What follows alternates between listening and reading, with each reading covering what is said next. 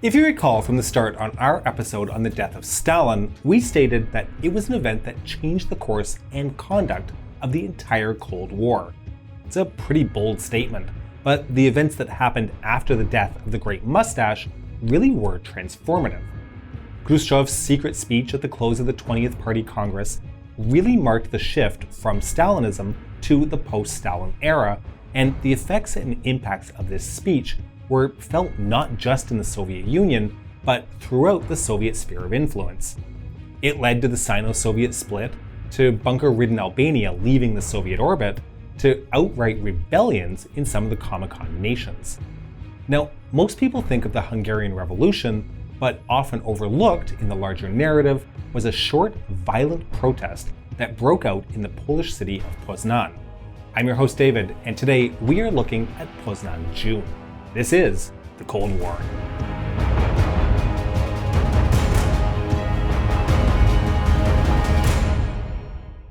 So it's important to note that Poland has a long and fractious, shall we say, relationship with Russia and the Soviet Union. Poland has a long collective memory of Russian occupation, as well as Soviet invasion and massacre, including, but certainly not limited to, Katyn, as well as the lack of Soviet support for Polish forces during the Warsaw Uprising. Since 1945, Poland has gone through a process of Sovietization, which included the oppression of any type of dissent, including dissent within the Communist Party itself. Under the Stalinist leadership of Wladyslaw, Polish economic life was aligned to the wishes and direction set by Moscow. To help support this alignment, a large number of Soviet army troops were permanently stationed at bases across Poland, and in fact, the Polish defense minister was a Soviet citizen, none other than Marshal of the Soviet Union, Konstantin Konstantinovich Rokossovsky. Now, on February 25, 1956, Nikita Khrushchev gave his secret speech denouncing the crimes of Stalin and the cult of personality surrounding him. Almost immediately after this speech on the 12th of March, Beirut died, allegedly from the additional stress caused by Khrushchev's speech. Taking his place as first secretary of the Communist Party was Edvard Ohab, a longtime pro-Soviet party member and heir apparent to Beirut. At Moscow's direction, and generally in line with the socialists of the time, Ohab began a process of de-Stalinization in Poland.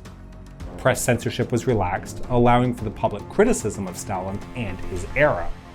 The text of the secret speech began making its way through Poland and was secretly distributed and discussed at party meetings, as well as at trade union gatherings, intellectual circles, and student groups. All of this spurred demands for change. Before too long, an amnesty was given for thousands of political prisoners, including former members of the AK, the Polish Home Army, who had fought against the German occupation in the Second World War. This was a significant move in Poland, as the AK was seen as one of the primary groups in opposition to the pro-Moscow communists. Also at this time, Jakob Berman, recognized as one of the most powerful men of the Beirut era, was forced to resign from the Politburo. Po prostu, an openly reformist newspaper, some would say radical newspaper, was not only publishing, but gaining popularity among reformers and workers alike. These reforms were largely being driven by the intelligentsia, and the Polish Writers' Union found itself at the epicenter of all of this.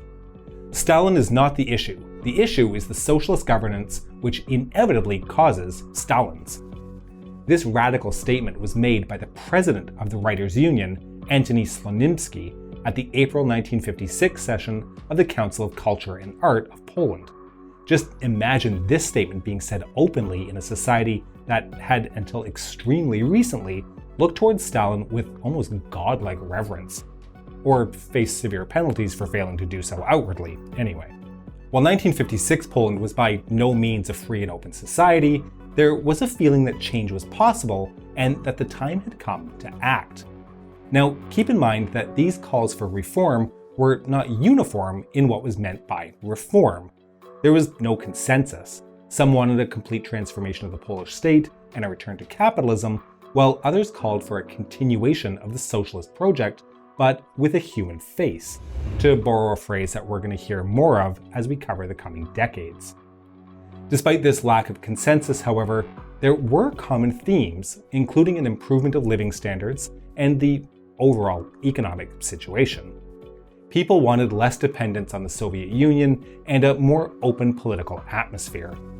All of these were natural byproducts of a society emerging from the Stalinist nightmare with its lack of freedoms and independence. So this brings us to June 1956 and the city of Poznan. An international fair was being held in the city, which meant that a larger than normal number of foreign guests and visitors were in the city. Pro-reform citizens in the city concluded that it would be a good time to hold a series of protests, as the chances of violent dispersal would be greatly reduced by the presence of those foreigners. A protest was organized by factory workers from a machine building plant named after none other than the Vozhd himself, Stalin. The protest was also supported by workers from other factories, and on June 28th, 100,000 people took to the streets of Poznan. The demonstration began in front of the city administration building, which also happened to be the old imperial castle, and the people gathered called for economic and social changes. They wanted things like increased wages, lower food prices, and better working conditions. The local government told the gathered masses that they did not have the authority to give such things, and the crowd began calling for a meeting with Polish Prime Minister Józef Cyrankiewicz. It's also at this point that members of the local police force, the Milicja Obywatelska, began to join the crowd.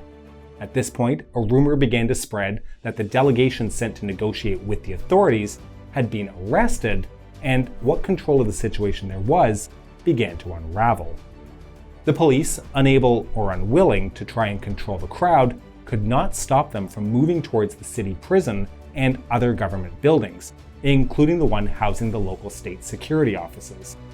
The prison was stormed as the demonstrators believed that the arrested delegation was inside, and over 250 other prisoners were freed. The protesters also stormed the local offices of the Communist Party, the courthouse, the prosecutor's office, and even the radio jamming station. These buildings were clearly representative of the tools of oppression in Poland, and it's no surprise that they were targeted. Importantly, one of the buildings stormed was an arms depot, and the weapons there were seized and then distributed to the protesters. This continued to escalate through the day as the now armed crowd stormed police stations, resulting in several shootouts with the police in the process. At approximately 11 a.m. that morning, troops from the Poznan garrison of the Polish military were called on to restore order in the city, but they were reluctant to disperse the crowds, let alone fire on them. Instead, members of the garrison joined in conversations with the protesters, and it is possible that some may have even joined the protests. Now, remember how I mentioned that the Minister of Defense was Soviet Marshal Rokossovsky? Well, that's important because at this point, he decides to personally intervene. Rokossovsky activated military units from other neighboring garrisons instead of from the Poznan region and brought them into the city by the next day, June 29th. It should also be pointed out that these troops had apparently been told that the protesters were being led by German agitators looking to discredit Poland. That afternoon, over 10,000 troops marched into the city, and by the evening of the 29th, dispersals and waves of detentions were carried out. By the next day, more than 50 people had been killed, and over 700 people had been arrested as order was restored to the city. So that was the protest itself, but what was the outcome from all of this? Well, it was hard for the government in Warsaw to ignore that the protests had not been about regime change, but were more economic in nature. Although the usual rhetoric was given characterizing the protesters as agents of Western imperialism and as counter-revolutionaries, Warsaw actually did enact some reforms, going so far as to increase workers' wages, and everybody lived happily ever after. No. The Soviet Union watched all of this unfold with some degree of alarm. While it was true that the De-Stalinization process had been kicked off from Moscow, the Soviet authorities were quite uneasy about any type of liberalization happening in the satellite nations. The Kremlin feared that any reforms that occurred in Poland would ultimately lead to demands for real independence from the Soviet Union. What this meant was that the government in Warsaw was forced to navigate between appeasing Polish society and appeasing a concerned Soviet bear. In October of 1956, at the 8th plenum of the Polish Communist Party, Ohab proposed that the reformist Wladyslaw Gomulka become first secretary in his place, a proposal that was accepted. Now, who was Gomulka?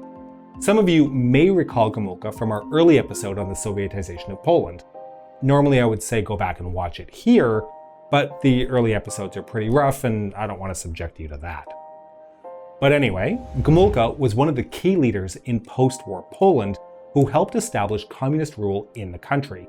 He helped create one-party rule by means of coercion and election fraud. So what makes him the reformer I just described him as? Well, Gomulka was not only a communist, but was also a leader of the nationalist wing of the Communist Party. He was in favor of adapting communism to meet the needs of the situation in Poland. He also happened to be against forced collectivization. So when compared to Bierut, he was a reformer. To quote Obi-Wan, "What I told you was true from a certain point of view." Gomulka's reward for this point of view was being expelled from the party in 1949 and then arrested in 1951. He wasn't released until 1954. But when in 1956, Communist Poland was looking for a middle path, Gomulka fit the bill for what they needed. He wanted to preserve communism, but with less dependence from Moscow. He wanted change, but not too much change. He was also a popular figure in Poland and used that popularity to demand and get real authority. One of his first acts with that authority was to insist to Moscow on the removal of Marshal Rokossovsky as Minister of Defense. Now, critically in all this, Gomulka hadn't been pre-approved by the Soviets. Combined with the removal of Rokossovsky, levels of concern in Moscow began to skyrocket. The Soviet economy was very tightly linked to Poland, and the fear was that a more independent Poland would begin to cut those ties with unknown ripple effects. An uninvited high-level Soviet delegation was put together to visit the Poles, and we mean really high level. It was headed by Khrushchev and counted Mikoyan, Bulganin, Molotov, Kaganovich, and Konev as members. The overall situation was tense, with the Soviets conducting military exercises outside Warsaw while talks were ongoing. Thinly veiled threats, indeed. Notably, the Polish military, while also on alert, was going to remain loyal to its national roots. Workers in the cities were preparing to defend themselves. As October of 1956 progressed, the Soviet delegation came to realize that Gomulka was not looking to tear down the system or leave the Soviet orbit. By the 21st of the month, Soviet troops had been stood down and concessions were being made. This likely came about from several factors. The Chinese government was urging Moscow to come to a peaceful solution, but probably more importantly, tensions in Hungary were spiraling, with anti-Soviet sentiment much more significant in nature than in Poland. Khrushchev had to turn his attention there. So what did these concessions look like? Soviet representatives in Poland, like Rokossovsky, were recalled to Moscow and replaced by Poles. The Polish debt owed to Moscow was cancelled. Collectivization of agriculture was abandoned. Censorship over the arts and media was relaxed, and the repression of the Catholic Church was reduced. So, an almost revolution had been averted, some increased autonomy had been granted for Poland, but it was still a one-party state with close ties to the Soviet Union. Poland would need to wait until 1989 to remove the shackles of communist rule, but the path to that point is a long and tense struggle. Have solidarity with us here at the Cold War channel, and we will get to those events too. We hope you've enjoyed today's topic, and to make sure you don't miss future episodes, please make sure you're subscribed to our channel and have a press the bell button. Don't forget, we have merchandise available through Teespring at teespring.com/stores/thecoldwar. We can also be reached via email at thecoldwarchannel@gmail.com, and we're active on Facebook and Instagram at The Cold War TV. If you enjoy our work and want to help us expand our evil empire, consider supporting us via www.patreon.com/thecoldwar or through YouTube membership. This is the Cold War channel, and don't forget, the trouble with the Cold War is that it doesn't take too long before it becomes heated.